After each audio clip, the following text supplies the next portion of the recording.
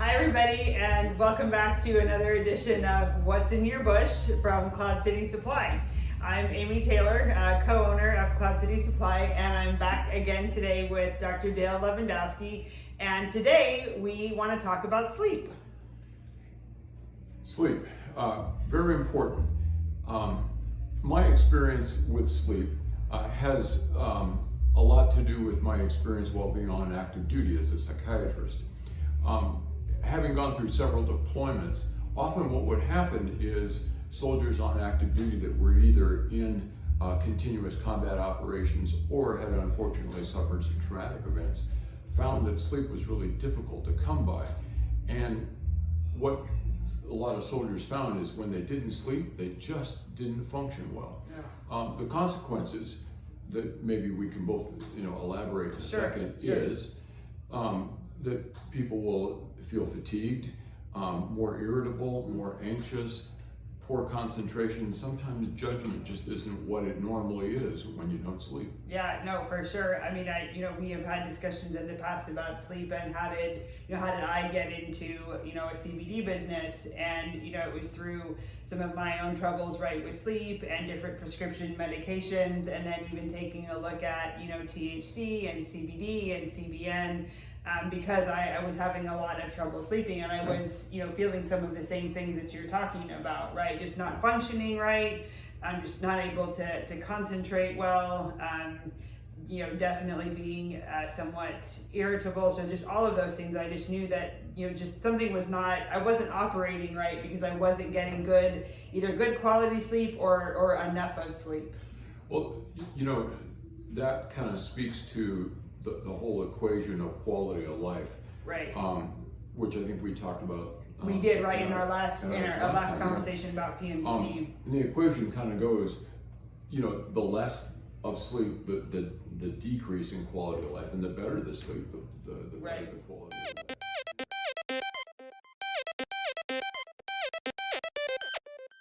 So, Dr. Dale, what is it that causes us to either not be able to fall asleep, not being able to stay asleep, or not being able to get good quality sleep? Like, what is it in our bodies or our biology that affects our sleep?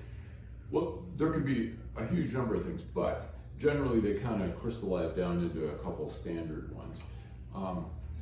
The biggest being usually anxiety or overstimulation.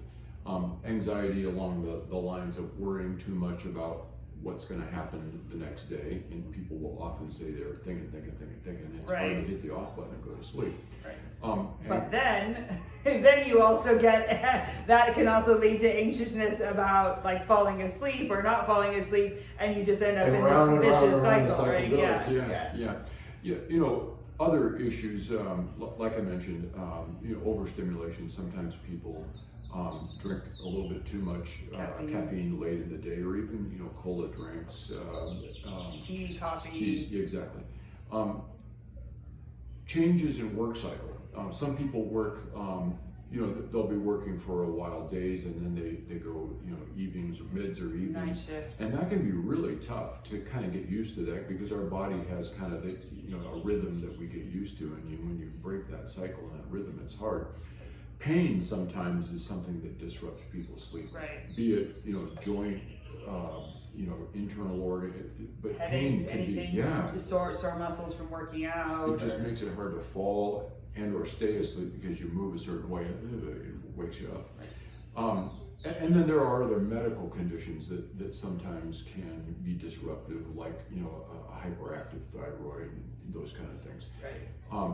But far and away, the biggies are the overstimulation from stuff, changing sleep cycles due to work or activities, and anxiety. Anxiety, yeah, and it's interesting because I think anxiety and sleep, I know that they probably go hand in hand, but they vie, I think, for that number one reason why folks are actually coming into Cloud City. So, and if I can just tweak the issue of anxiety a little bit. When I say anxiety, I mean, worry, anticipatory worry about things, as well as sometimes anxiety can capture the component of something traumatic happened and we can't get it out of our heads. Right. Yeah. We relive things over and over again. Right.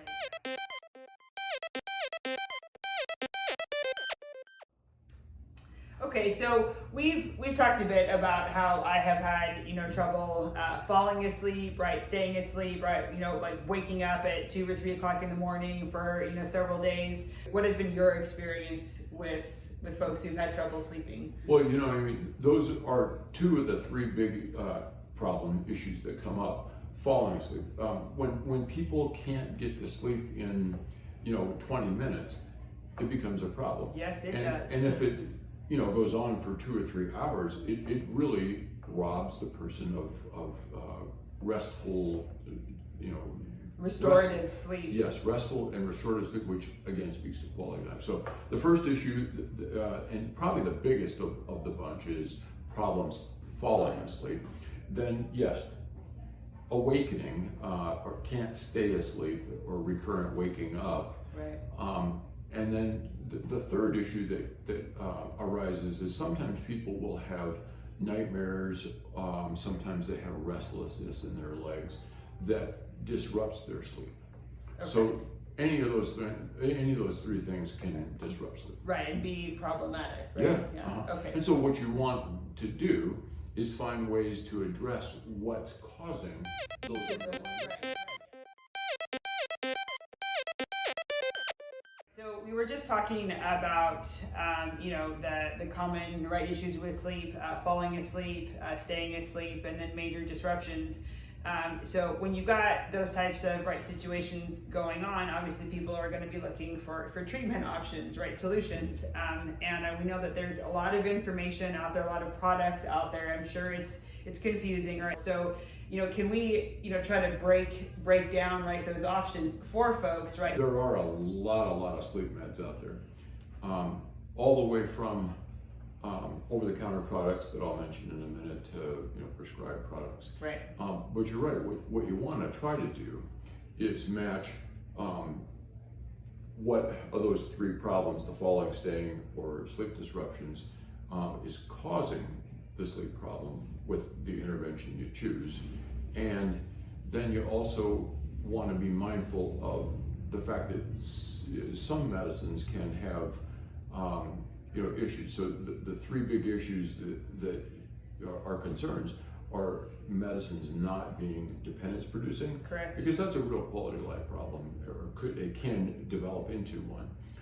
Weight gain, which is again a big quality of life problem, and making sure that the medication or product does not cause a drug-drug interaction with other things that you might be taking. Right. So like I mentioned, the over-the-counter products are the biggie. Right. And you probably are aware of a lot of those. Sure, right. Melatonin, right. NyQuil. Yeah. I think you've talked about ZQuil. Yeah, right? exactly. Yeah. And typically they work for at least a day or 2. And that's the problem, is unfortunately, people get their hopes up that those are going to work, and they'll work on an enduring basis, but they're just not typically that way. They don't tend to work for a good long while. And a lot of times, to get really a resolution of a sleep problem, you probably need several weeks to get the pattern back. Right. There are another big group of medicines, or there's several that are sometimes known as the Z medicines, meaning Z like in sleep. Ambien, Lunesta, and Sonata, that are frequently used, but unfortunately, they are dependence producing.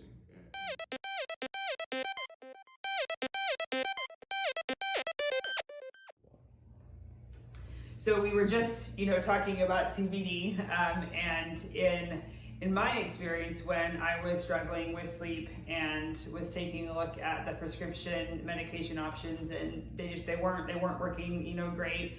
As I was researching other options, I did come across CBD and CBN, and I can definitely say, in my experience, when I have taken a combination of, either just the Lady Kind wind down tincture, or the Cloud City pure CBN sleep support drops, I can definitely fall asleep faster. I can stay asleep, and I can stay asleep longer. And from everything, I've heard you, talk about in terms of your kind of 3, check boxes, right? Not causing dependency, Right. Not being a weight gainer, and not causing significant drug-to-drug interactions. CBD, CBN kind of seem to fit the bill. Am I missing anything here? No, actually, that's an important criteria to consider whenever you think of a treatment. Is you don't want it to be something that's harmful.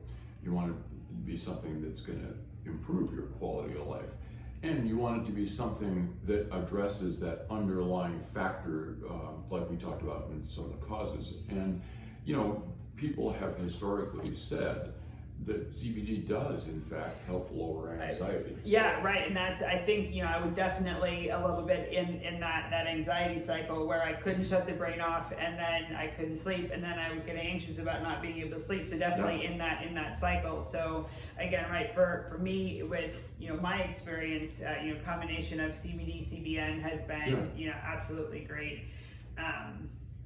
But again, what we want to emphasize, a lot of options out there.